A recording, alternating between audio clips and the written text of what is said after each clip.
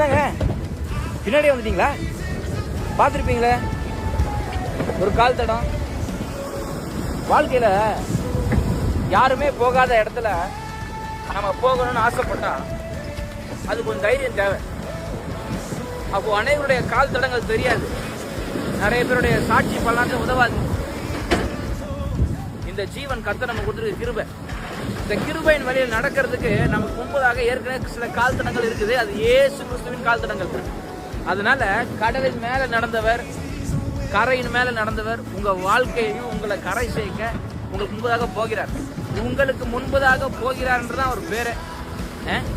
கோரேஸ்ல சொன்ன தேவன் புதிய ஏற்பாட்டிலையும் சொல்றாரு, நான் உனக்கு முன்பதாக கலிலேயாக்க போறேன், என் சமூகம் உனக்கு முன்பதாக செல்லும், நான் உனக்கு முன்பதாக கோணானவர்களை நேராக்குவேன் என்று பல வசனங்களை கற்றுக் கொடுத்துருக்காரு. ஏன் தெரியுமா?